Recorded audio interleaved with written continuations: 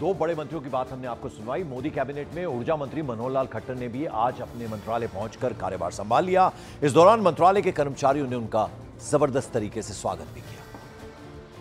तो तस्वीरों में आप देख रहे हैं, ऊर्जा मंत्री बनाए गए हैं हरियाणा के पूर्व सीएम मनोहर लाल खट्टर अपने दफ्तर पहुंचे और जो तमाम उनके सहयोगी हैं, जो उनके कलीग्स हैं, उन्होंने जबरदस्त तरीके से मंत्री मनोहर लाल खट्टर का स्वागत किया। ऊर्जा मंत्री बनाए गए हैं, अपने मंत्रालय में पहुंचे थे, उनको बाकायदा वहां पर रिसीव करने के लिए बड़ी संख्या में उनके कलीग्स वहां मौजूद थे और सबका अभिवादन भी स्वीकार किया। अपनी कुर्सी पर बैठे हुए नजर आ रहे हैं मनोहर लाल खट्टर। मंत्री बनाए गए हैं, बड़े मंत्री बनाए गए, ऊर्जा मंत्रालय का कार्यभार संभालने के लिए पहुंचे अपने दफ्तर। मनोहर लाल खट्टर हरियाणा के पूर्व सीएम कैबिनेट मंत्री बनाए गए हैं। ऊर्जा मंत्रालय का कार्यभार उन्हें सौंपा गया है। और मॉर्निंग प्राइम में बड़ी खबर आपको बता दें, पूर्व क्रिकेटर सचिन तेंदुलकर ने प्रधानमंत्री नरेंद्र मोदी को बधाई दी है। Social media expert Sachin Tendulkar ने लिखा, दुनिया के सबसे बड़े लोकतंत्र के नेता के रूप में तीसरी बार चुने जाने पर प्रधानमंत्री मोदी जी को बधाई। भारत को नई ऊंचाइयों पर ले जाने की दिशा में आपकी यात्रा के लिए शुभकामनाएं। तो ये ट्वीट किया है सचिन तेंदुलकर मास्टर ब्लास्टर ने प्रधानमंत्री के लिए। और नरेंद्र मोदी 3.0 सरकार में टीम का ऐलान हो गया। केंद्रीय गृह मंत्री अमित शाह, रक्षा मंत्री राजनाथ सिंह, केंद्रीय वित्त मंत्री निर्मला सीतारमण के विभागों में किसी तरह का कोई बदलाव नहीं किया गया है, यानी उन्हें रिपीट किया गया है।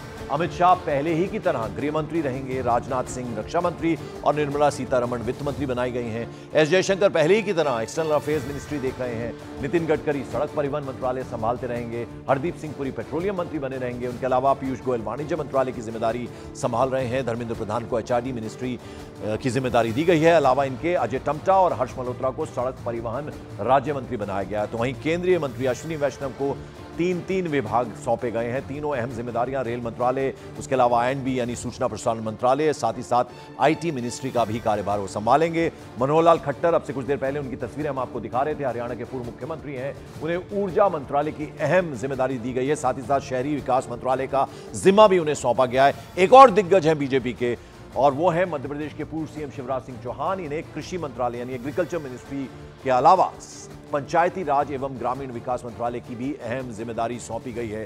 तो जो रिपीट किए गए हैं अपने शानदार प्रदर्शन जिन्होंने पिछले 5 सालों में किया है, उनको वापस वही मंत्रालय दिए गए हैं जो पहले से वो देखते आ रहे थे। और कुछ नए लोग जो हैं शामिल किए गए हैं। हालांकि पूर्व मुख्यमंत्री हैं मनोहर लाल खट्टर हरियाणा के, उन्हें सौंपी गई है ऊर्जा मंत्रालय की जिम्मेदारी, जबकि मध्य प्रदेश के पूर्व सीएम शिवराज सिंह चौहान, उन्हें कृषि मंत्रालय की अहम जिम्मेदारी सौंपी गई है। साथ ही साथ ग्रामीण विकास मंत्रालय भी वो संभालेंगे।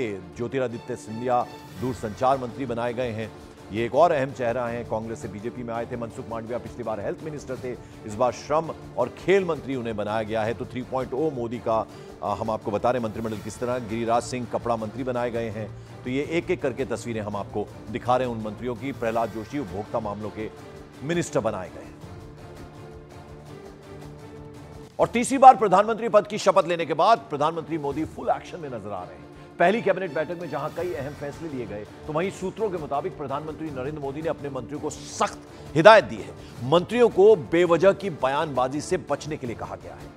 साथ ही साथ मंत्रियों को अपने मंत्रालय से संबंधित जो विषय हैं, जो टॉपिक्स हैं, उन पर जरूरी हो तभी बोलने की हिदायत दी है।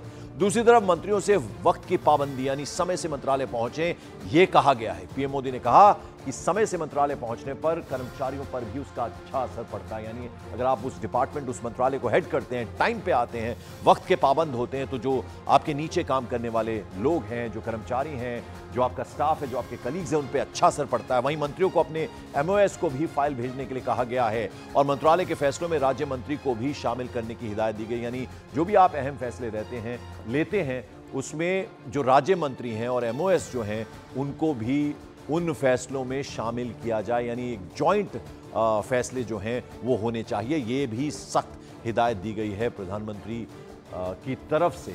यानी समय की पाबंदी, उसका भी खास ख्याल रखना है। और उधर उत्तर प्रदेश में लोकसभा चुनाव में बीजेपी को लगे तगड़े झटके के बाद अब आरोपों का दौर शुरू हो गया है।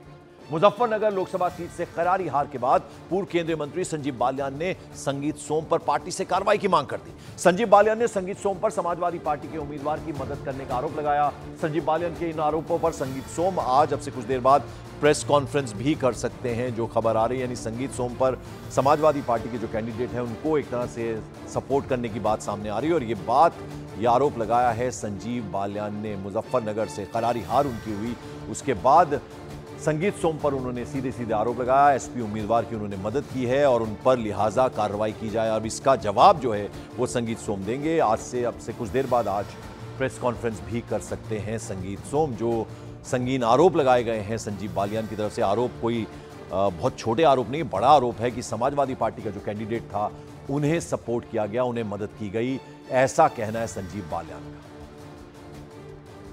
मैं उम्मीद करता हूं कि कार्रवाई होनी चाहिए थी और आगे भी उम्मीद रखूंगा अपनी पार्टी से कि जो बिल्कुल खुले तौर पर जिन्हें समाजवादी पार्टी का चुनाव लड़ा और यहाँ बड़ी पोजीशन लिए हुए हैं और सरकारी सुविधाएं भी ले रहे हैं, तो कृपया करके पार्टी, मेरा निवेदन रहेगा पार्टी इस पर ध्यान देगी और कार्रवाई निश्चित।